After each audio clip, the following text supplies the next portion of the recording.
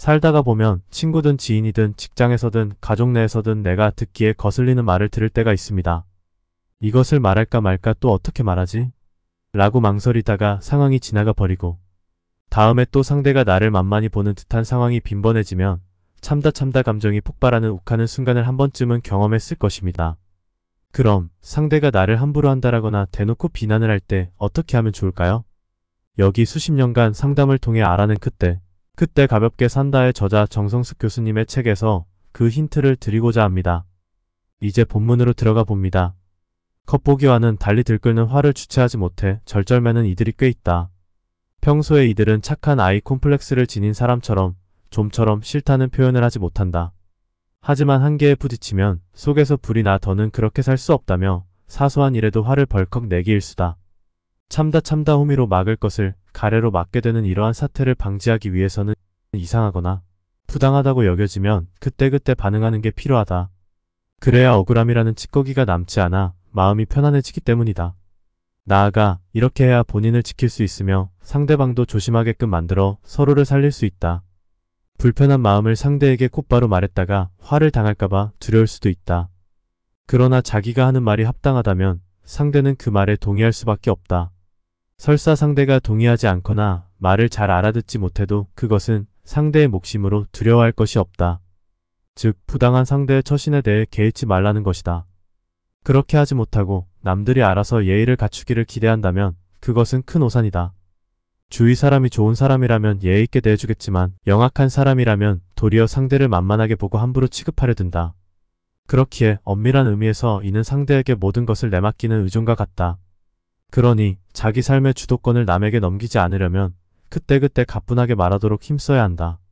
정성숙 교수님의 말을 요약하자면 상황마다 그때그때 자신의 억울한 감정을 가볍게 표현하는 것이 중요하다고 말하고 있습니다. 하지만 감정을 격한 말투로 표현하면 상대방도 감정이 상할 수 있습니다. 따라서 차분한 목소리로 자신의 감정을 표현하는 것이 좋습니다. 예를 들어 상대방이 너는 왜 이렇게 못해? 라고 말한다면 그 말을 들으니까 기분이 나쁘네요. 라고 말하거나 또는 내가 그렇게 못한다고 생각하시면 더 친절하게 뭐가 잘못된 것인지 가르쳐 주셨으면 좋겠어요. 라고 말하는 것입니다. 추가적으로 상대가 내 감정을 이해하고 자신의 말을 다시 생각할 수 있도록 하기 위해서 상대의 말을 왜 거슬리게 느끼는지 설명하는 것도 도움이 됩니다. 다음은 듣기에 거슬리는 말을 상대방이 할 때 할 수 있는 말의 예시들입니다. 그 말이 제가 듣기에 좀 불편하네요. 그게 무슨 뜻이에요? 아니면 좀 더 직접적으로 그 말을 들으니까 기분이 나쁘네요.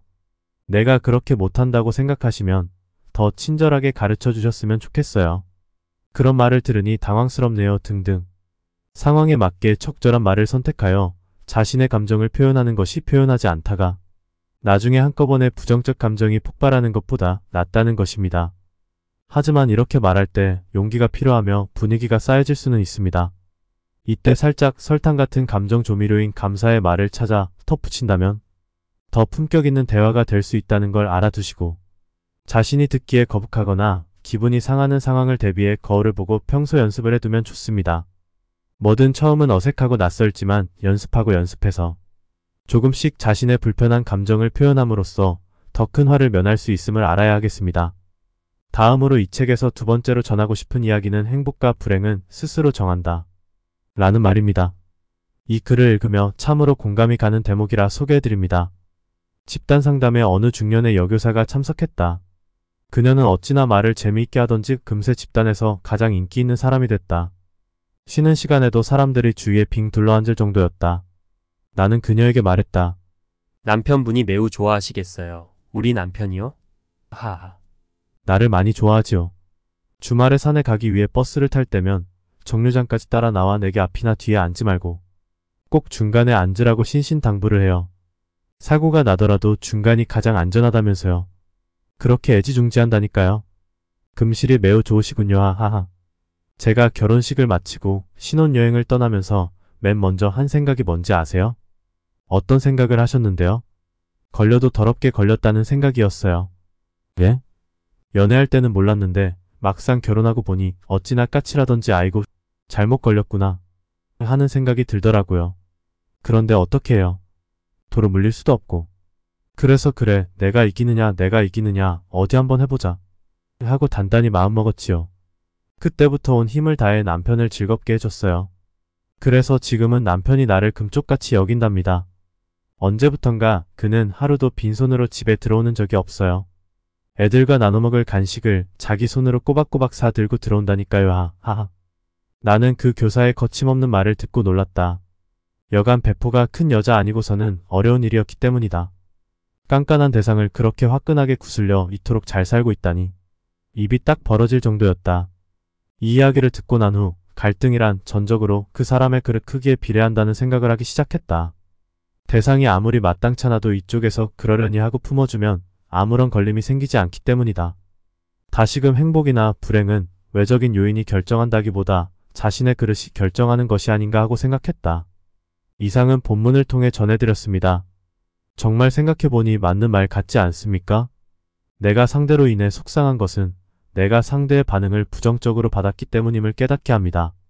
인간은 누구에게나 삶이 녹록하지 않으며 죽을 때까지 사람들 사이에서 경험을 통해 끊임없이 배워야 하는 존재입니다.